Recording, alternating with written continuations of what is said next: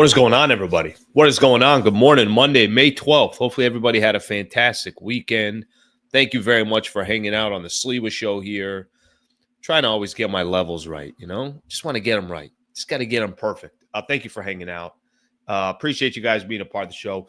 We've got a packed show today. Packed show. A lot going on. Doing research this morning. Next thing I see, I'm like, all right, this is a good idea to talk about today. All right, here's some more good content. I was like, what the hell's going on here? I thought walking into today, I was going to be breaking down some boring NBA games. That's not the case. We got a lot to get into, and certainly some good stuff going on in today's show. So thank you for being here. Appreciate you guys being a part of the show. I do have a quote for everybody here real quick. Let me squeeze a quote in here real quick. Where was this? The most valuable math you can learn is how to calculate the future cost of your current decisions. The most valuable math you can learn is how to calculate the future cost of your current decisions. Hopefully everybody's enjoying a nice cup of coffee or tea or whatever it is that you guys are drinking. I'm back on the coffee train. You guys know I went 50 days, and then I was like, do I kind of ease back in? About 2 a day. Yeah, about 2 a day. I'm back. Yeah, I tried. It was a good effort. I did everything I could to eliminate coffee for 50 days. Those days are over. Those days are long behind me. Now, I have incorporated tea, like I mentioned, so I got tea as well, but nothing like a nice cup of Joe. Nothing like a nice cup of coffee. Okay, give everyone a quick rundown what we got for the show. I'll start looking at some of the comments right as we get started, and then we'll get the show started. So first things first here, let me just point out here. Okay. Point out a couple things. Number one, we saw this morning, and I got a couple clips that I want to play here. This is actually part of a little bit of a conversation that we had with Eric Pincus last week. Giannis sounds like he's open to moving and leaving the Milwaukee Bucks. I don't think that's shocking, but I think that now that it's coming out publicly, look at the timing of when it's coming out. NBA draft lottery tonight, so teams are going to have a good idea, where they are in the NBA draft. I think it's interesting of when this is coming out. I don't think it's the most shocking thing in the world, but it is going to dominate kind of the offseason here as we're sitting here in the playoffs. Obviously, there's still plenty of teams left to go. Still got to figure out who's going to be in the Eastern Conference Finals, who's going to be in the Western Conference Finals. But you're not going to be able to have a conversation this week without bringing up Giannis Antetokounmpo. So we'll talk a little bit about that. There is a path for the Lakers to get Giannis. Just need Giannis's help on that. They just need Giannis's help on that. Lakers offseason options. There were a couple good articles I read this morning and last night. Bill Plaschke had a good article in the LA Times basically saying what we were talking about a week ago or last week, that they got no choice. They're going to have to trade Austin Reeves. If they really want to improve this roster, Austin Reeves is going to have to be, part of the mix here. If they really want to build around Luka, then they're going to have to go make some kind of a trade. So something to keep in mind there. Keep that one just a heads up in regards to that. I thought Jovan Bull had a really good article in The Athletic of just kind of looking at the Lakers' position in the offseason. We'll look at that as well. Pressure on Pelinka. I know we always say this. I know come trade deadline, I know come offseason, there's always pressure on Pelinka. But this time, I think it has a little bit less to do with the fan base, and it has more to do with the roster that you currently have and trying to make sure that you're accommodating to the right people. We'll spend a little bit of time on that as well. NBA playoffs, how many more games can we possibly have over the weekend? Incredible. You had 2 on Friday. You had, was it 1 on Saturday and then 2 again on Sunday? I think that was the schedule. No, maybe 2 on Saturday. No, there was 2 on Saturday. We had a lot of games this weekend, so we got a lot of catching up to do in regards to that. I got to be honest. Some of these games are awful, like Cavs yesterday. Some of these games are really, really boring. And then some of these other games, got a little bit more juice to them. So we'll spend a little bit of time on that. Old Los Angeles Laker, Alex Caruso, a key piece to the Oklahoma City Thunder tying up that series yesterday at 2 apiece. Draft lottery tonight. We'll take a quick look there. That's obviously going to be really important for a lot of teams out there. Doesn't have any impact on the Lakers. And then we'll do the weekend recap, NFL schedule. They're starting to leak out that schedule, and then we'll call it a Monday. Thank you very much for tuning in. I appreciate you guys all hanging out. I am going to do this morning. I know it's a Monday here, but I didn't get a chance last Friday to do it. And then really over the weekend, just things got kind of a little hectic because of Mother's Day weekend and everything else. Today at 10 a.m., we will do a MVP members show.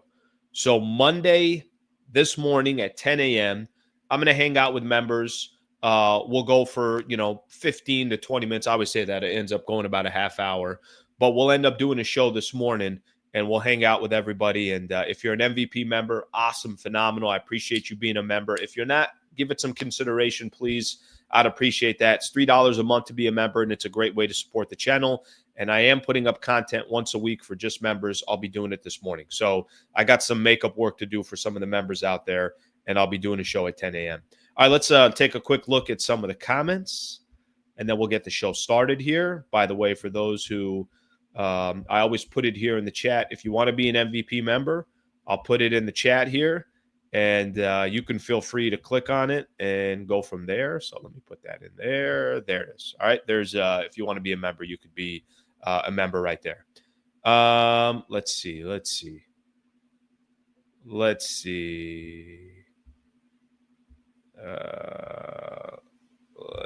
what we got here. Did Slee go live this weekend? He did not, but I talked to him and he's going to go live at 10 a.m. with his people. Success doesn't come from what you do occasionally, but what you do consistently. Okay. I like that. Let me guess. Rui, Reeves, Connect, and that always valuable 2087 first round pick. Nothing spells crap platter like a potential Lakers trade package. That's why they need Giannis's help. Got to get Giannis's help on this. Could we get Bill Plaschke on the show? Definitely. I'll reach out to Bill. Bill's a really, really good dude. I'm a big fan of Bill Plaschke, but I know him a little bit more on a personal level. But let me reach out to him. I think that would be a fun conversation to have with him. I'm not sure what his availability is, but I'll reach out to him and see if we can make that happen. Okay, let me look at let me kind of get started here with the show, and then I'll come back to look into some of these comments. Thank you for hanging out, everybody. Thank you for being here. Ever tell you guys I enjoy doing the show? I have a good time doing the show with you guys. Really good time doing the show with you guys. It's all kind of uncharted territory as well. We're in the off season, and now we kind of figure out how things go from here. Okay, so Giannis open to a trade. Let me play a couple clips here for you guys. So I was gathering a few different things. I like playing these. Sometimes if I can play the actual clips, I will play them.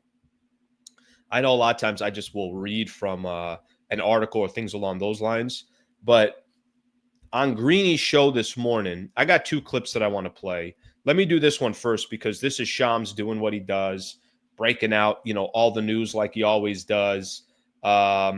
Here is Shams this morning, just kind of giving everyone an overview of what's going on in regards to Giannis Antetokounmpo. Take a listen. Giannis Antetokounmpo, the two-time NBA MVP, he has not made any firm decisions about his future, but sources tell me for the first time in his 12-year NBA career, he is open-minded about whether his best fit is in Milwaukee or playing elsewhere and exploring what those options outside of Milwaukee look like. Is it sensible for him to potentially leave? And I'm here in Chicago. This is the summit of Giannis Antetokounmpo. All 30 decision makers are descending upon this city now. Agents all in town. There's going to be plenty of natural, substantive conversations that are going to be taking place here.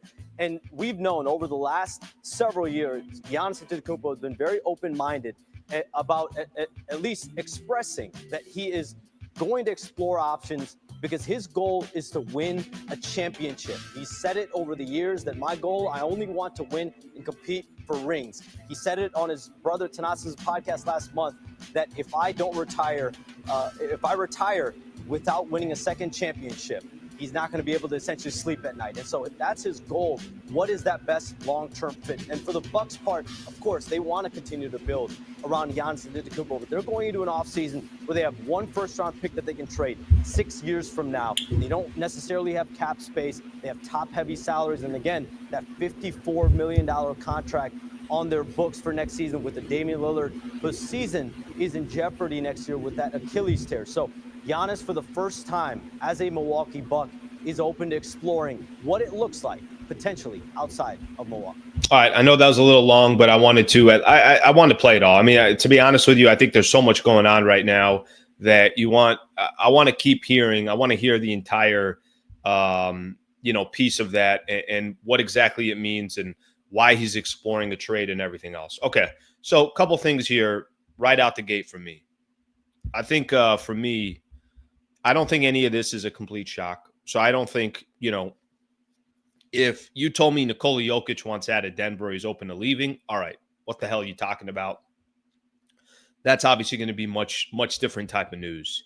Giannis Antetokounmpo wanting potentially out of Milwaukee. Now, let's just kind of describe. I want to – there's a couple layers that I want to take on this, and then I want to tie the Lakers into this as well. If Giannis Antetokounmpo, if that's it, just kind of think about the last couple of months of his time with the Bucks. How many different times, guys, these are people that are connected to the league. How many different times when you saw them either in the playoffs or during the regular season or anything saying, hey, this could be Giannis's last season in Milwaukee? When they lost that final game to the Indiana Pacers, and it was Tyrese Halliburton's dad that comes. Tyrese Halliburton's dad decided he's going to come from the free throw line, baseline. And he's going to come around to make sure that he shows Giannis the flag or whatever he had, towel, whatever he had of Tyrese Halliburton. But I remember people were like, that could be his final moment as a Buck. They lose that game, and Tyrese Halliburton's dad is trying to get in the middle of it. Okay. The point that I'm trying to make is the news this morning, it's not completely shocking that Giannis potentially wants out of Milwaukee. I think there's, obviously a lot of there's been a lot of rumors around it, so it's not the biggest shock in the world. To me, it's kind of trying to figure out here, okay, well, what has Giannis done? What he's accomplished in Milwaukee over his time? If I could be honest with everybody, mission accomplished. If he decided not to go in there, I saw Dwight Howard sent out a tweet basically telling Giannis, like, hey, don't do it. Don't do it. Well, Dwight can speak to it. He was in the NBA Finals, played with the Orlando Magic, left, thought it was going to be blue skies and beautiful sun on the other side. And maybe he had some regret of leaving the Orlando Magic. Clearly, he had some regret of leaving Orlando. But if I think the difference for me with Giannis is the man won an NBA championship there. They hadn't won a championship since Kareem Abdul-Jabbar 50 years earlier, something along those. And maybe that number is not exactly correct, but I know they won in the 70s with Kareem. And everything that he was able to do while he was with the Milwaukee Bucks, if he leaves and never plays another game there, he's going to be a Milwaukee Buck legend forever, period. And if he ends up, you pick whichever team that you want. And we'll talk about some of the different teams that he can end up. If he ended up with the Houston Rockets, again, just throwing out teams, Houston, Miami, the Lakers, I don't care who it is that he ends up with. Whatever team that he ended up with, when they go back to Milwaukee to go play the Bucks, you know what's going to happen? That fan base is not going to be booing him. That fan base isn't going to be angry. Maybe they're a little upset that he left and he didn't just retire and play in one jersey. But at the end of the day, he's going to have the respect of Milwaukee. Clearly that area of the country, he's beloved. And it's just going to be a matter of, all right, I just couldn't win anymore here. You heard one of the final things Sham said. Don't forget here, Dame just tore his Achilles during the playoffs. There's a strong likelihood at this age for Damian Lillard, there's no guarantee he even comes back for one game next season. Who knows? And his chances of actually competing with the Bucks is going to be really, really tough. Okay, with all that being said, we kind of have a little bit of an idea here of what all that means. All right, I'm going to play something from Brian Windhorst. Windhorst had something, and I just want to point this out because it's a little bit different. Shams was more just reporting the news. Windhorst is kind of a little bit's got a stronger angle on this one, and then I'm going to bring the Lakers into this, and we can go from there. By the way, the Laker, just, for those, I don't want to blow smoke up anybody's you-know-what. If he's going to be a Los Angeles Laker, there's only one way that's going to happen. So let me continue to play this. Two things you have to know about the Bucks when you consider a trade. Number one, the Bucks do not control their first-round pick for 5 years. That means if the Bucks are going to trade him, thinking that they're going to tank for the next 3 years and rebuild is not going to happen. They need quality players. And the other thing that you need to know is if you're going to trade Giannis to a team that's going to be a super team, getting that team's draft assets is not exciting because they're not going to be very high picks for the next few years. So you're going to look at teams that have players to trade and other teams' draft assets that they can trade besides theirs. San Antonio and Houston, San Antonio and Houston, San Antonio and Houston. Pay attention there. And the other thing is Brooklyn, because Brooklyn has Phoenix's future drafts, Yes. but Brooklyn's current players, not that strong, not as exciting of a player acquisition. The other team to watch, the New Orleans Pelicans. Why would I say to watch the New Orleans Pelicans? Because the New Orleans Pelicans control the next 3 drafts of the Milwaukee Bucks.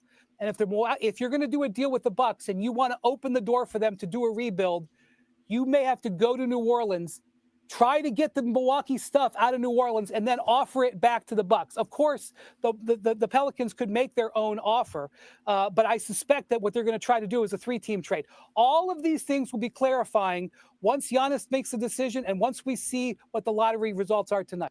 All right, that's a little bit more specific there from, obviously from Brian Windhorst. A couple things on that front. Now he's attaching actual teams to watch out for. He's, obviously talking about how important it is to see what the draft lottery looks tonight. I like how Shams mentioned that as well. Like, look, you got all these GMs. Everybody's in Chicago. Everybody's getting ready for this NBA draft tonight. At least the lottery, not the actual draft, but the lottery. But the lottery is the most important thing. The lottery is going to say, okay, who's got the number 1 pick? Who's got 2? Who's got 5? Who's got this? It's supposed to be a deep draft this year as well. So something to keep in mind. The one thing that, I take away specifically from what Windhorst says, which is already given me a migraine. Did you see the top 2 teams that he said, watch out for the Houston Rockets? And you could call it the 3 teams. Watch out for the Houston Rockets, the San Antonio Spurs, and the Pelicans. Does the Western Conference need another freaking all-star Hall of Famer in the West? My God. I mean, how many different players? Go look at the West this year. And we're complaining about Minnesota being a 6 seed or Memphis being an 8 seed. These teams won 48, 49 games this year. 48, 49 games this year. If Giannis ends up leaving the Eastern Conference and he comes over to the Western Conference, and whichever team that he plays for, it's like you're basically taking the best team in the East or the best player in the Eastern Conference, and you're bringing him over here in the Western Conference where it's already a freaking complete maze to get out of the Western Conference. Those 2 teams, by the way, that he mentioned, the Houston Rockets and the San Antonio Spurs, my God. I mean, if sometimes there's a benefit to watching teams maybe think they're better than they are. I think for the Rockets, it was probably even better for them to lose in the first round and say to themselves, we won how many 50-plus games and we couldn't get out of the first round. Well, now they feel like they got to go all in. They got to go get better players. They got to go get better stars. We'll see what eventually happens. There's only one way that the Lakers can be in this conversation for Giannis, period.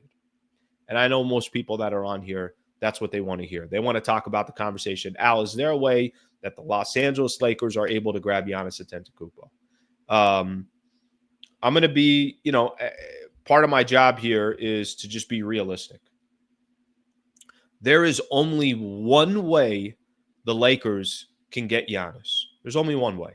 Because you can put together whatever draft package that you want. I was reading some articles this morning, and I was looking at, what some of the packages out there are. If you're telling me that Austin Reeves and Rui Hachimura and your 2031 pick and then maybe some pick swaps is enough to get Giannis Antetokounmpo, then I would tell you, I don't know what the hell the rest of the NBA is doing, but that makes no sense to me. No, I don't think the Milwaukee Bucks are giving up Giannis Antetokounmpo, one of the best assets if he becomes available in a trade that we've seen in a long, long time. And I know this has happened and other players, stars have got traded before. I don't think Austin Reeves, Rui Hachimura, a 2031 pick, Dalton Connect, and a couple draft swaps are going to be enough to get it done. No, I don't believe that. The only way the Lakers have a shot here, and this is really completely just up to Giannis Antetokounmpo. Does Giannis want to be a Laker or no? Does Giannis want to play with Luka Doncic for 5 years? Does Giannis look at Luka Doncic and say to himself, that's the perfect pairing for what Luka needs and what I could use as well?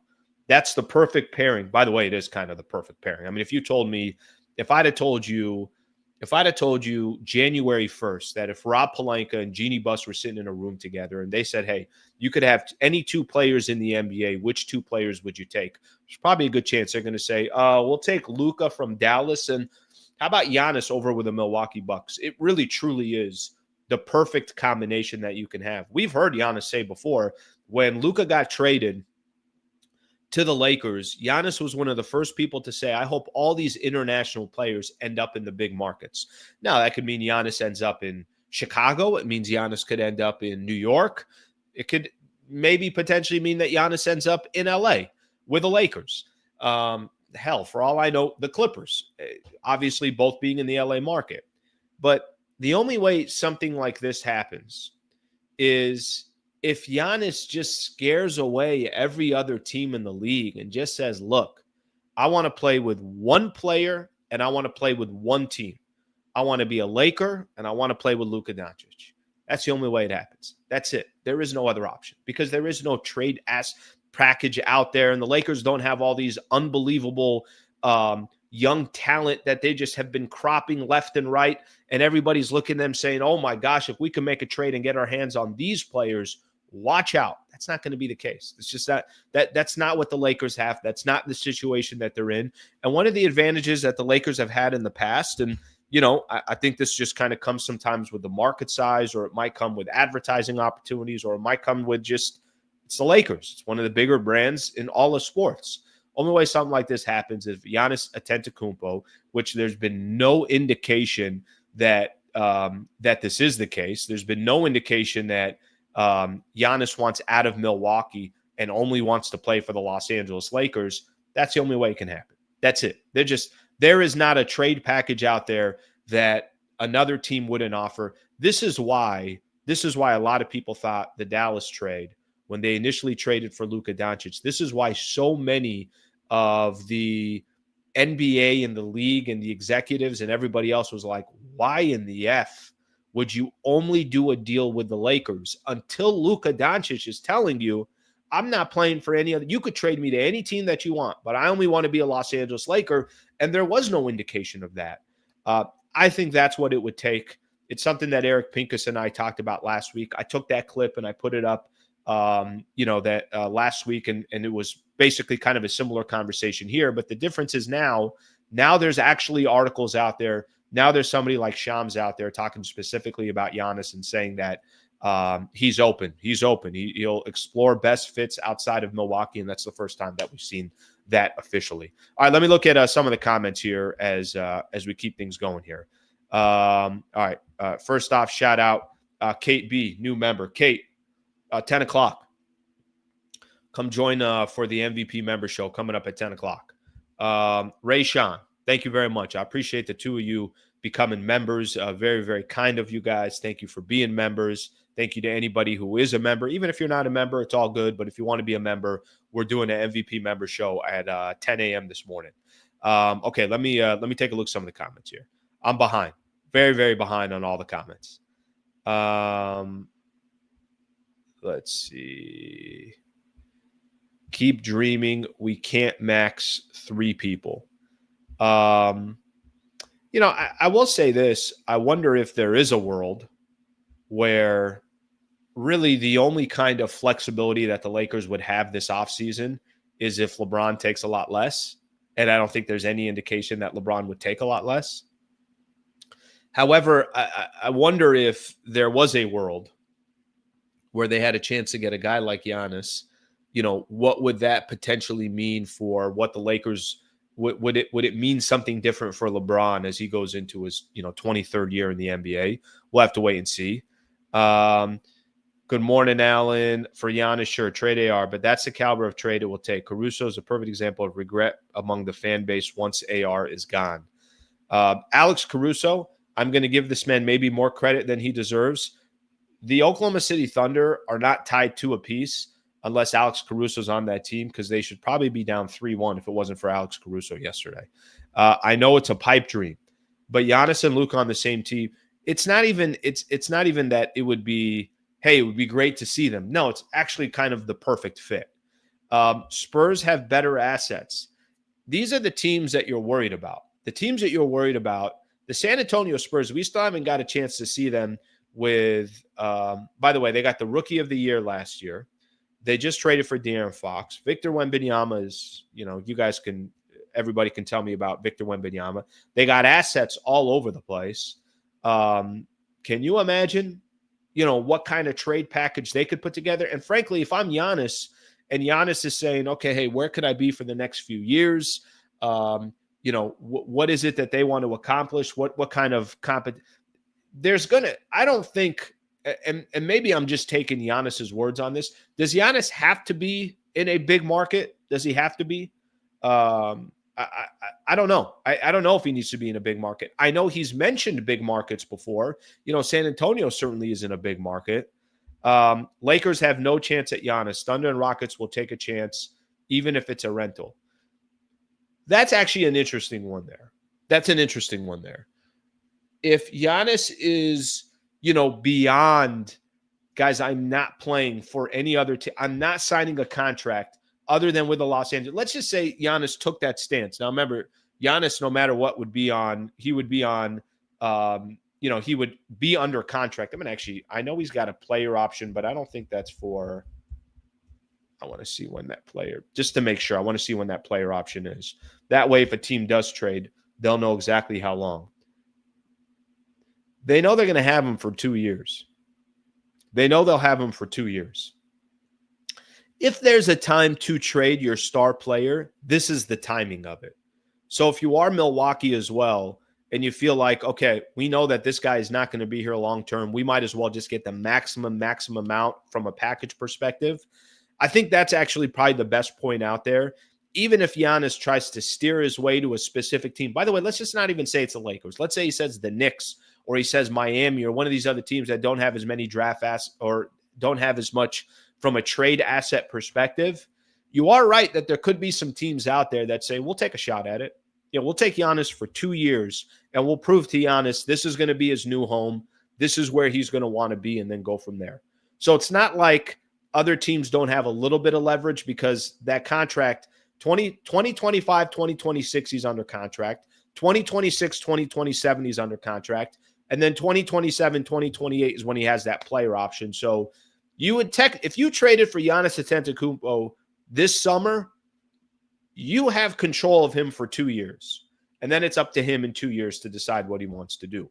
He could deter you away from it, but I think 2 years is enough to make teams say, we'll take our chances with that. So that I think is it's a good observation there, and I think that's a good comment.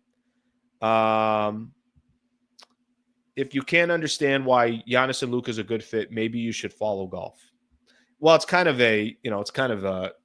really, to be honest with you, it's just a complete no-brainer. I don't think there's a conversation here.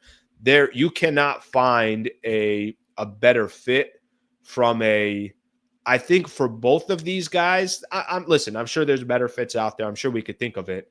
But Luka and Giannis, that is what it is. The question, I'm going to continue to go back to this. Lakers don't have much of a package to send. They just don't. There just isn't much to send. Even the assets that they kept. Okay, they didn't. When they traded for Luka, the fact that they kept Austin Reeves, absurd.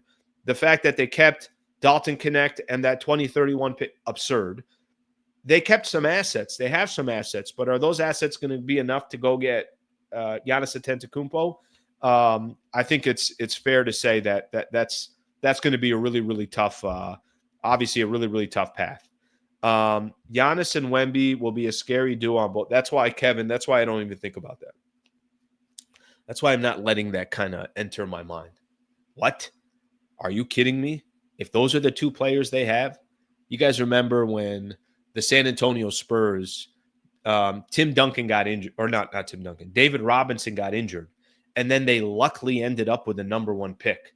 And then what did they do with that number one pick? They got Tim Duncan. And then it was Tim Duncan and David Robinson on the same team. I'm like, what the hell is this? Obviously, we know the type of success they had together, but then the type of success they had after that. Tim Duncan was a beast.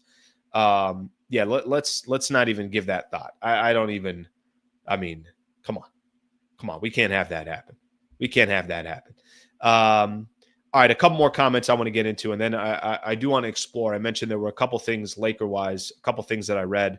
I just kind of give everyone what it looks like in the offseason for the Lakers, no matter what they end up doing. And I mentioned that story that was in the LA Times as well. Before I do so, let me give a shout out here to our partner. Thank you to Brad Wallace and the Wallace firm. I appreciate them being a part of the show. I hope you never need an injury attorney. I genuinely hope you never need an injury attorney. I know if you're out here in Southern California, you're probably bombarded with injury attorneys. I drive a lot from San Diego to LA and just kind of back and forth. And I see them everywhere. There's billboards everywhere. There's messaging everywhere. I'm just going to tell everybody I got a relationship with one of the best in the business, Brad Wallace of the Wallace firm. If you are a family member, have been a serious injury or a wrongful death case, I highly encourage you to either reach out to me or go to this website that we created, wallacewins.com/Sliwa, wallacewins.com/Sliwa. Basically, you could get a free consultation. Let him specifically help you out with your case. We've been talking about for the last couple of weeks. He was in a case with one of his clients against Home Depot. It's a big time case, and this just kind of shows you that he's going up against these huge conglomerates, and it does not matter. Jury delivered a $4.6 million verdict on behalf of the Wallace firm's client and found Home Depot responsible for nearly $3 million of that amount. I just give these examples because these are real life examples. If you're in a situation or a predicament and you need an injury attorney, please give Brad Wallace and the Wallace firm a chance to see if they can help you. Get a free consultation. He can help anybody in the state of California. So something to keep in mind there, wallacewins.com/Sliwa, wallacewins.com/Sliwa, or click on my link in the description to get a little bit more information. Okay. Let's explore a couple things here. Here's a position Lakers are in the offseason. All right. This is just kind of gives everyone, it was a really good breakdown. Jovan Buha did a really good job just kind of breaking down the Lakers' position and their spot. He had that article out this morning. Here's where the Lakers are. First things first. They're not going to have salary cap. So Lakers are not going to be in a position where, and by the way, a lot of the league does not have a crazy amount of salary cap. That's just kind of the world that the NBA is in right now. It's one of the reasons why I think Rob Pelinka said that the NBA will be very active this summer, because you're going to need to make deals. Teams are going to have to do deals together in order to kind of change what the roster looks like and everything else. But here's something to keep in mind of where the Lakers are sitting right now. They're not going to have salary cap. LeBron will eventually, I think we all kind of anticipate LeBron's going to eventually sign his deal. LeBron has a $52.6 million player option. He has to decide by June 29th. So we'll obviously see what he ends up doing. Luka's eligible for a $229 million extension, but that won't happen until August 2nd. And here's kind of a quick little overview of where the Lakers are sitting right now. Let me see here. I wrote down. Okay, so they have 2 future first-round picks that they can trade, but they can't trade them both. They can't trade both picks this summer. So they either can trade 2031 or they could trade 2032. They can't trade both of them. Something to keep in mind. Lakers have over $70 million in expiring contracts. So if you start looking at Rui Hachimura, Austin Reeves, Gabe Vincent, Maxi Kleba, they have, there's some, it's kind of the best way that the Lakers have into making any kind of move is that they have contracts that are out there that can't expire. That's really kind of the best way that the Lakers can look at it. Couple things to keep in mind as well. And I think, most people already understand this. Austin Reeves will have an opportunity, even though I don't think it's going to happen. Austin Reeves is going to have an opportunity to sign. I think it's an $89 million extension with the Lakers, but that's below his market value. So don't expect him to do that. And then, I think the roster needs, everybody knows Lakers need size. They need some two-way wing defenders. They need a pick and roll partner with Luka. There's a lot of things that the Lakers need. But that's kind of the position that they're in as far as looking at their actual what Pelinka and what JJ Redick in the front office is looking at. That's going to be primarily what the Lakers are looking at. I will tell you guys this, and I don't know how most people feel about the Lakers this offseason, but I'm so much more, I don't know if optimistic is the right word. Maybe I'm just excited about it because I know the Lakers have to make real changes. I'm more excited this offseason than I've been in the past because I always felt like, well, LeBron and AD, I kind of already feel like what that is going to total. I kind of already feel like I know what that is already. I feel like we've already seen the best of the best when it comes to those two. So this offseason is a very unique one because this is the first offseason that you actually are trying to build around Luka. This is the first offseason that you have a head coach that now actually gets a chance. You know, there's no question mark of who your head coach is, what his philosophy is, and everything else. You kind of get a head start on a lot of things. Lakers didn't have that last offseason. Obviously, they made the trade at the trade deadline, so that has a lot to do with it as well. They weren't able to make the proper roster changes in order to kind of accommodate the Luka Doncic era. And this is going to be the first summer that they get to do it. You know, one of my topics here that I put on here, pressure on Pelinka. Let me properly explain what I mean by pressure on Pelinka, because I think that's going to tell a little bit of the story of where the Lakers are sitting right here.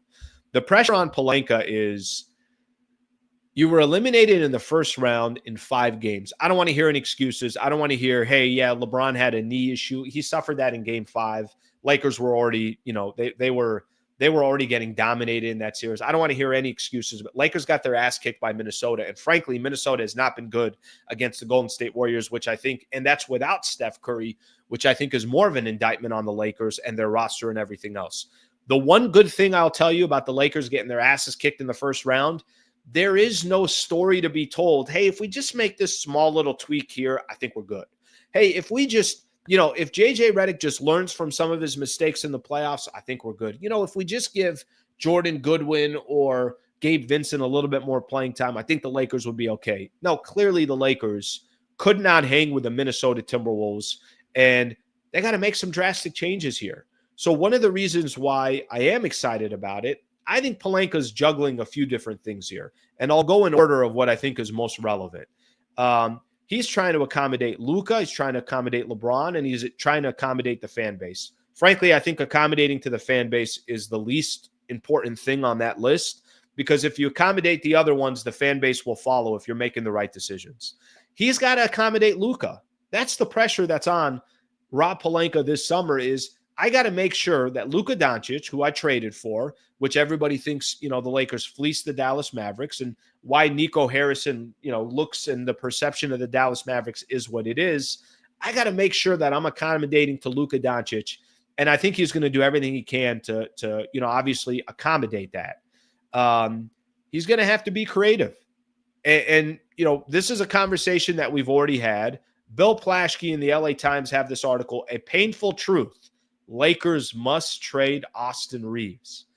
I don't know what paths the Lakers have, and I don't know how creative he can be in keeping Austin Reeves in the roster, but this is what I'm talking about of it's an exciting offseason in front of the Lakers, because I do think there's a lot that they have to do. I do think they have some assets. The best asset they have is Austin Reeves, and it's going to be up to Rob Pelinka to try to figure out how to juggle everything. And listen, maybe the front office and Jeannie Buss, they all love Austin Reeves. All right, awesome, phenomenal. I get it. He's a really, really good player. Came up through the Lakers system, the whole thing.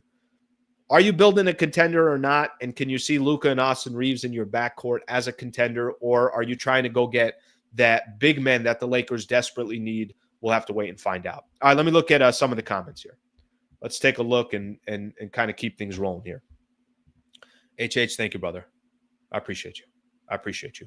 By the way, this Austin Reeves thing, I think for me, more than anything else, it is now becoming a real conversation. There is no, I think, unless the Lakers are able to be truly creative and put together a roster. And, oh, by the way, maybe take Austin Reeves and say, Reeves, all right, the best way we can use Reeves is Reeves is coming off the bench. And if Reeves is coming off the bench, then this is how we're going to do it. If they got a game plan of how to make that happen, then let's see what it looks like. But I think it's going to be tough to see what that plan exactly looks like. Let's see what we got here. 5 years, give him 5 more, 10 years, no title. Sounds like a successful 10-year for Rob. Lakers are pathetic. Every year since LeBron James has been here, they need more help. Lakers are not winning any more championships while LeBron James is there, and people need to accept it. By the way, you could be right. You know, let me throw this one out there. What's more likely? Lakers win a championship with LeBron in the next couple of years, or they don't? More likely, they don't. I mean, go look at the West. I mean, I was just talking about Giannis Antetokounmpo and the Giannis Antetokounmpo piece. If this dude came to the Western Conference and he's on San Antonio, so wait a minute. So that means you got the Oklahoma City Thunder who have more assets than freaking, I don't know, take the entire NBA and combine them. I don't think they have as many draft assets as OKC. By the way, OKC can still win the championship this year. Denver will be desperate to make sure Jokic is happy. Golden State will continue to go all in until Steph Curry retires.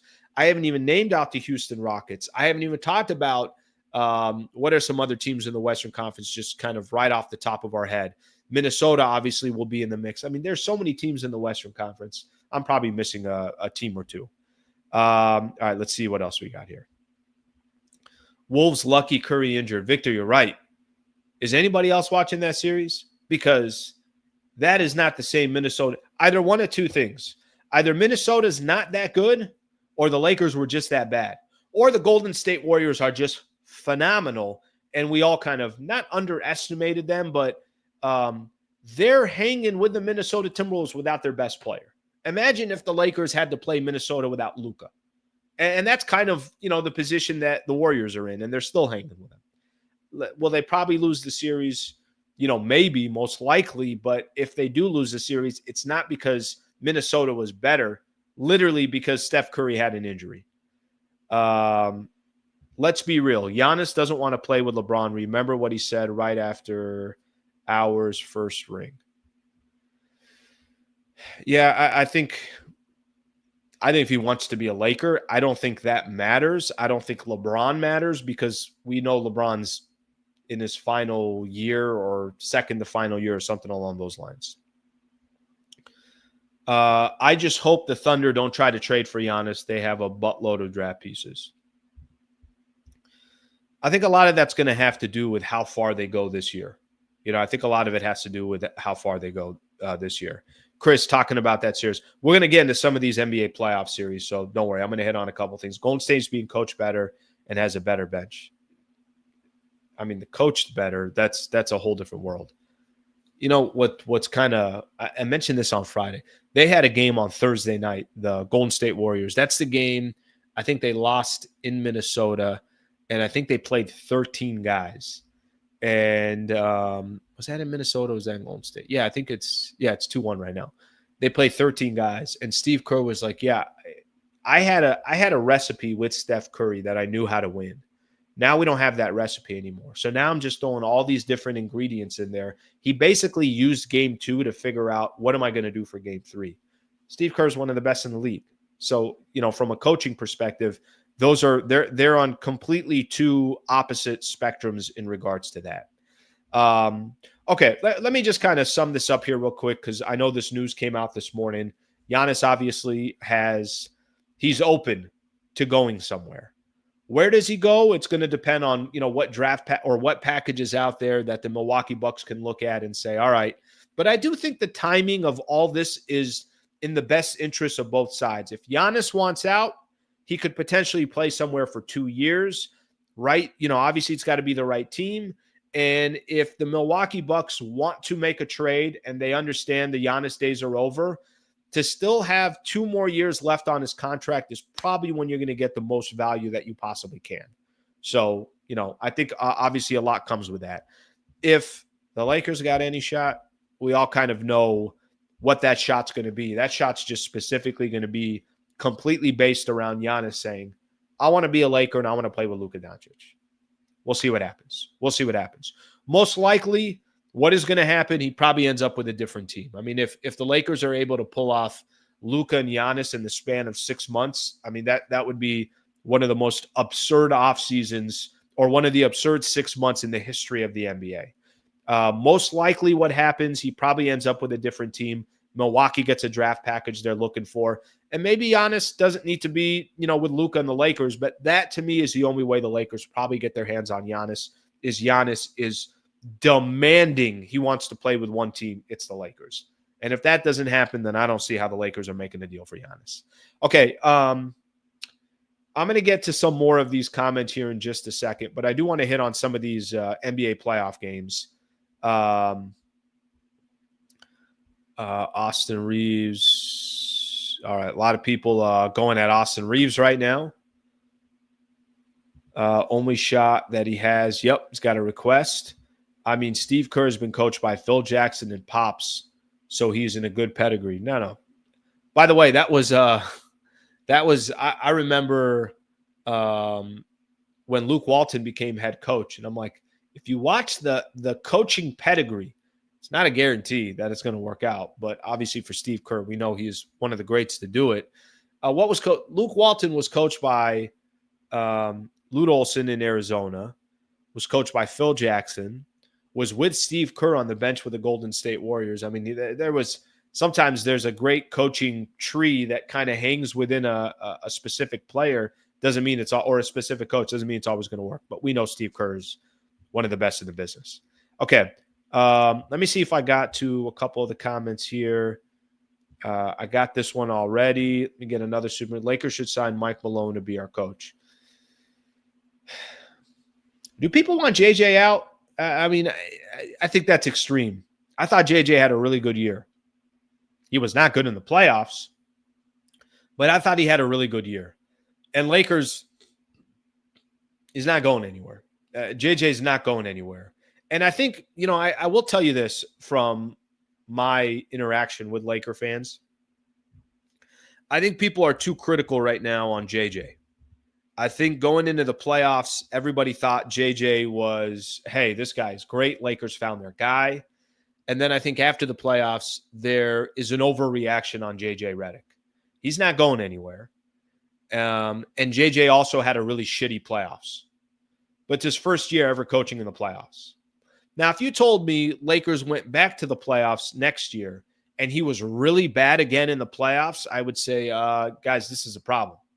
But I'm not going to because the Lakers also did have a ton of flaws in their roster and everything else. I mean, here's the guy that also said that they were a number 3 seed in 150 games. I thought they would beat the Minnesota Timberwolves, and they definitely got outcoached and outplayed. You don't pull the plug on JJ Redick like that. You just don't. Now, if you're back in the same position a year from now, maybe that's a different conversation. But I think people went too extreme the other way. I really do. I think people went too extreme on, hey, JJ's not the right guy. It's like, all right, well, the guy just won 50 games in his first year as head coach. You got to let this thing marinate a little bit and see what he does. Give JJ Redick a pass. This was his rookie year. I agree with that. Their so-called fans want to fire coach every year. That's true too. I understand, but JJ was duck sauce in the playoffs. Ham got so much love or got no love and was better in the playoffs. I just listen. I think the Darvin Ham thing's a good example because I think Darvin speaks to a couple things. Darvin Ham was given 2 years, and the biggest problem with Darvin Ham is the players, the main players. They were out. Anthony Davis in the middle of the playoffs threw his coach under the bus. Now, if Luka in the second year of JJ Redick and you're in the NBA playoffs, imagine if Luka Doncic in the playoffs said, guys, there's times where we just don't know what we're doing on both sides of the floor. If that kind of conversation came up in regards and you were indirectly having comments about JJ Redick about he doesn't know what the hell he's doing, then the front office will look at things differently. A player will always win over a coach, right? Unless you're an all-time great coach or you're not that great of a player and your opinion doesn't matter. Anthony Davis's opinion mattered for the Los Angeles Lakers. And if Anthony Davis is saying we don't know what we're doing on both sides of the floor, then guess what? You're going to lose your head coaching job. And that's what happened to Darvin Ham. If something like that happened with JJ Redick, then it's a different conversation. But for those under the camp of, well, JJ didn't have a good playoff run, we should fire him, then the Lakers are going to have 37 different coaches over the next 45 years. That's not good. That's not good. I'm okay with JJ Redick, but I'm also okay to mention that he was really bad in the playoffs, that he's got some flaws, that he's got a lot that he can figure out as well. I thought there were moments where he was childish in the playoffs, stubborn in the playoffs, which I didn't sense any of that in the regular season.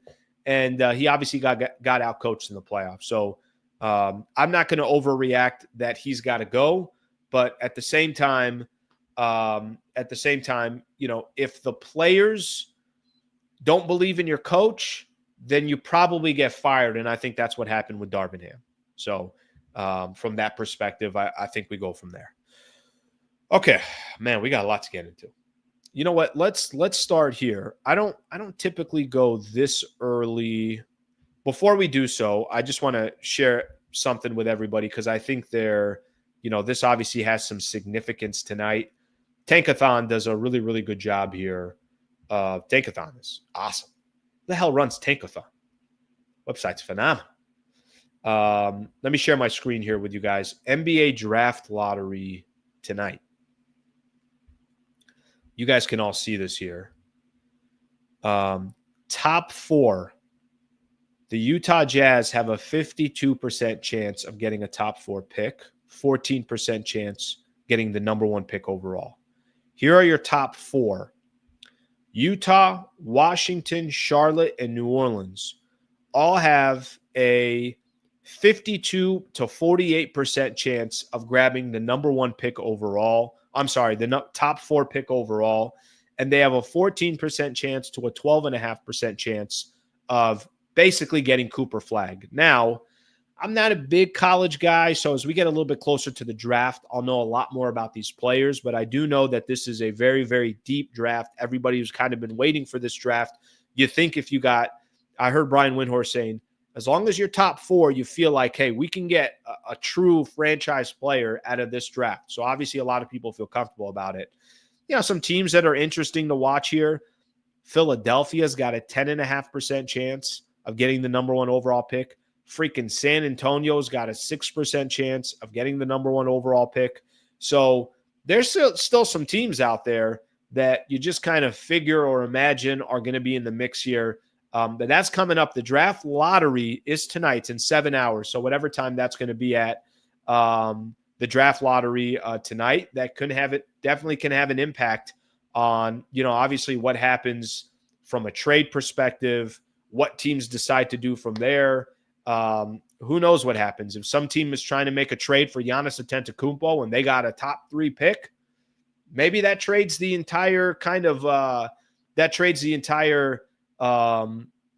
scope of what happens with Giannis Antetokounmpo. I don't know, but I think that's something to keep in mind. I hope to God. How many picks did the Oklahoma City Thunder have? Got to give them credit. I'll tell you that. All right, let's talk a little NBA here, or let's talk a little playoffs here. Obviously, a lot of games that were going on. I'm just going to actually make this part of the recap because I'm looking back over the weekend. Best series so far, I think, has been clear. It's the Denver Nuggets and the Oklahoma City Thunder. Series tied at 2 apiece.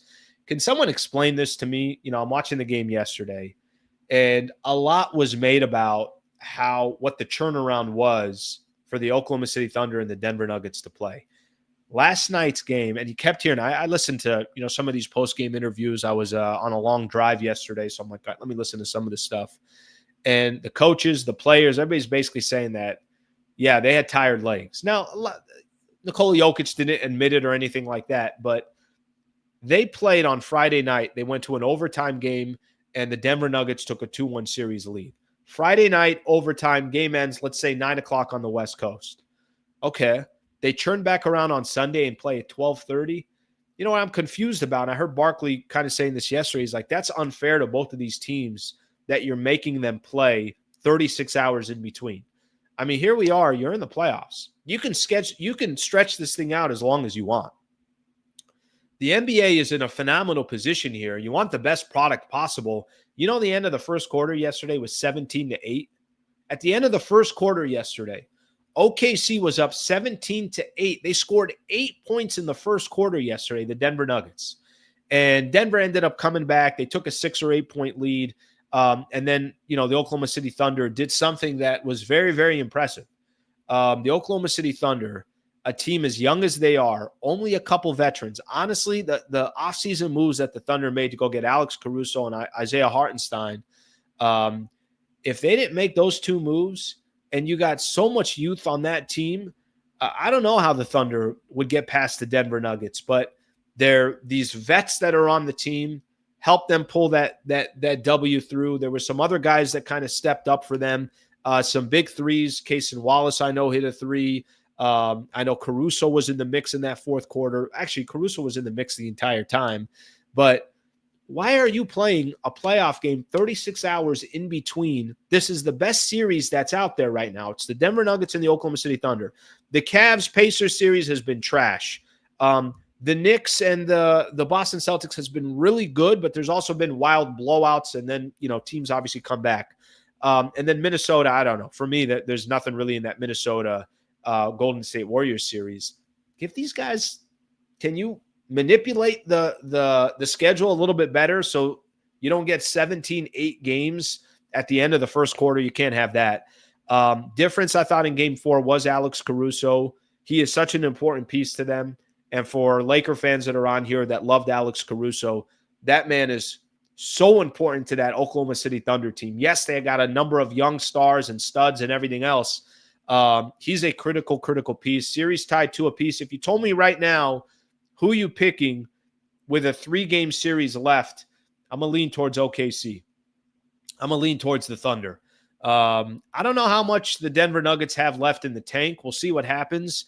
But I think the longer this series goes, it does benefit OKC. Now, Denver could be telling you, I mean, listen, they're in the mix here. That's all you can ask for. It's 2 apiece. And there is pressure on the Oklahoma City Thunder to figure it out. And you do have a vet team in the Denver Nuggets. What the hell happened to the Cavs? They're about to be eliminated in the second round. To be honest with you, I thought they'd definitely get to the Eastern Conference Finals, but I picked Boston. I would pick Boston to beat them. They were down 40 at the end by halftime yesterday. Donovan Mitchell is, left, didn't play in the second half with an ankle injury. They're not just losing, they're getting their souls taken away. The Indiana Pacers are in a very, very, talk about the driver's seat. They're up 3-1, and I don't even know how much fight is left from the Cleveland Cavaliers. At least they didn't show it in yesterday's game. Rick Carlisle, who's, obviously a championship coach. You guys should have heard this guy in the post-game interview. He's like, we've done nothing. We've accomplished nothing. Up 3-1. Everybody's like, hey, you're up 40 at halftime. What'd you think? He's like, it means nothing. That game is behind us. We have so much respect for the Cleveland Cavaliers. I mean, you want to talk about a polished head coach that's not giving anybody any bulletin board material? Go listen to Rick Carlisle in that post-game interview. They could have won by 80 yesterday, and he would say, we've done nothing. It means nothing. That game is in the past. Carlisle was actually pretty funny to listen to. Knicks and the Celtics tonight. I did mention this, on Friday. The series is not over. I mentioned that. There's a reason why I mentioned that. Boston had won 6 of the 8 quarters, and yes, they collapsed in 2 straight games at home, but it's not like the Boston Celtics don't have talent and don't know how to win. They went into New York, 12:30 tip-off on Saturday, and absolutely dismantled the New York Knicks in Game 3. I think tonight, very interesting game, because I think the Knicks will have pride tonight. I think you're coming off a bad loss. Tonight should be a really, really fun game between these two teams. So Knicks and the Celtics, that series, a huge game for tonight. A lot of people think whoever wins tonight wins the series. I get it. I understand that. But the only caveat I would say is if Knicks lose and the series is tied 2 apiece, yes, I know all the momentum would be with Boston, but I think if you told the Knicks, what if you're 2-2 after the first 4 games, I think they would have taken it. So we'll see what eventually happens. And then the last thing I mentioned, the Minnesota Timberwolves, we talked a little bit about it. Steph Curry, Unfortunately, he's out. The Timberwolves they don't look good at all. They just don't look good at all. Now, they're up 2-1. They could go up 3-1 by the time tonight is all said and done. But I don't know if that's because the Minnesota Timberwolves are good or because it's just Steph Curry's out. I lean towards Steph Curry being out. So there's kind of a quick little analysis there of all the NBA games that are going on. All right, let me see some of the comments here, and then we'll keep going here. My God, if the Lakers could have got Hartenstein and Caruso, AR can't hold Caruso's jock. That's why I don't want the Thunder to get any more lottery picks. Yep, they are dangerous. So many teams in the playoffs better than the Lakers. Depressing.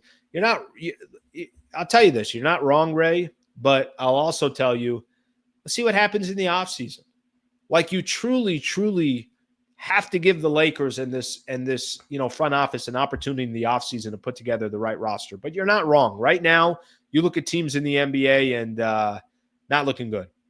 Pacers are ruthlessly demolish them. I mean, Miles Turner, before that first half ended, I think I saw Miles Turner hit 3 threes in a row to put them up 40.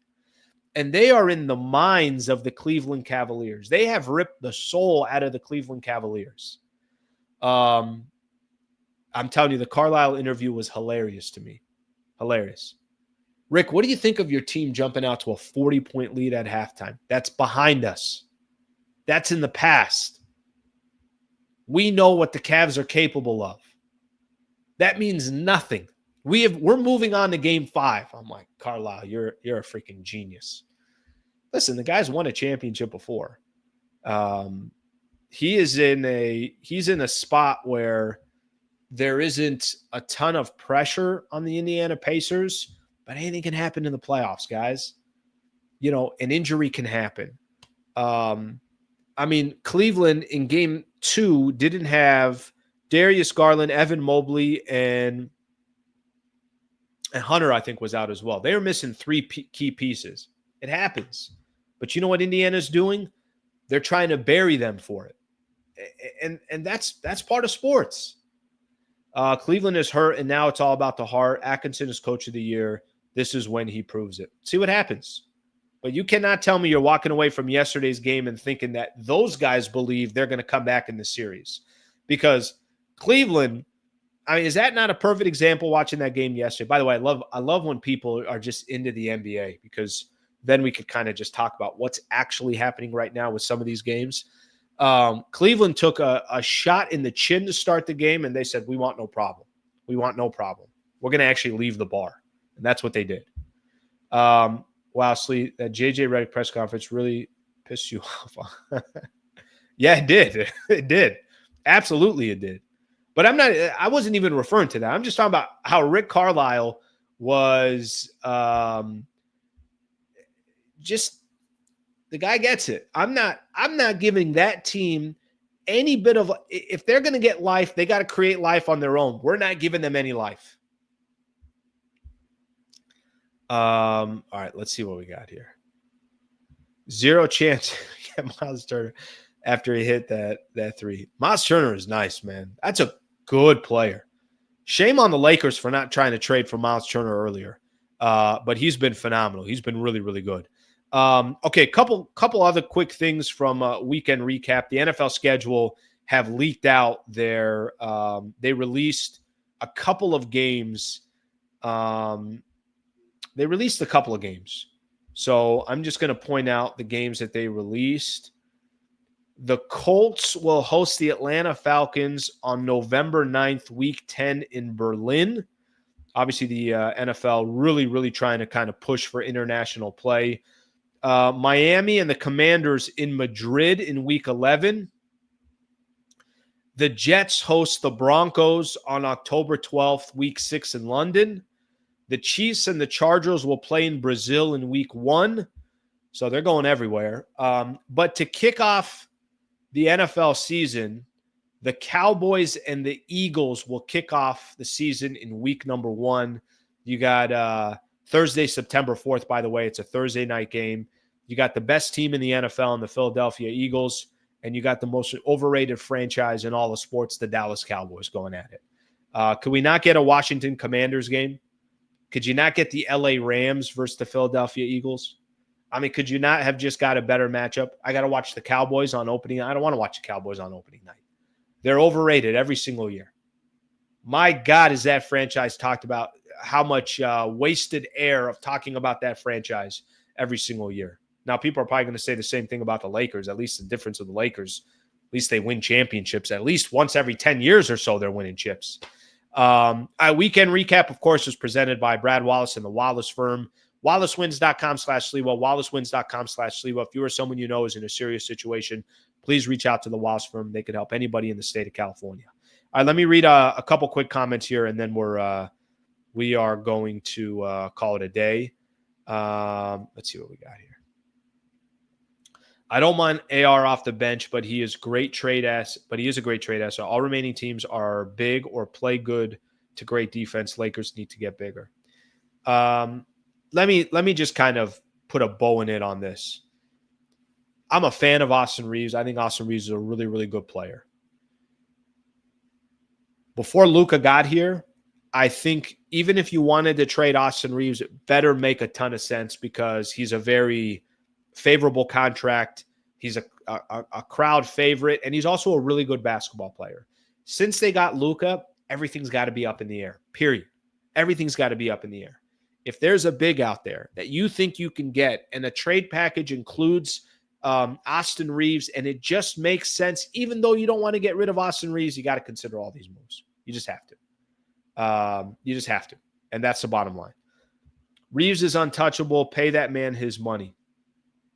Well, part of the reason why he becomes more touchable, if that's the right way to put it, or more tradable, is because he's about to get paid, and he's probably going to get $30 million a year. Do you want that much money going to Austin Reeves?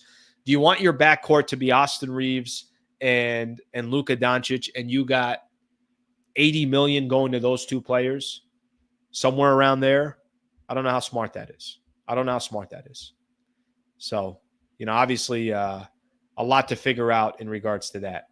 All right, my people, good stuff today. Phenomenal show. Really, really appreciate everybody joining.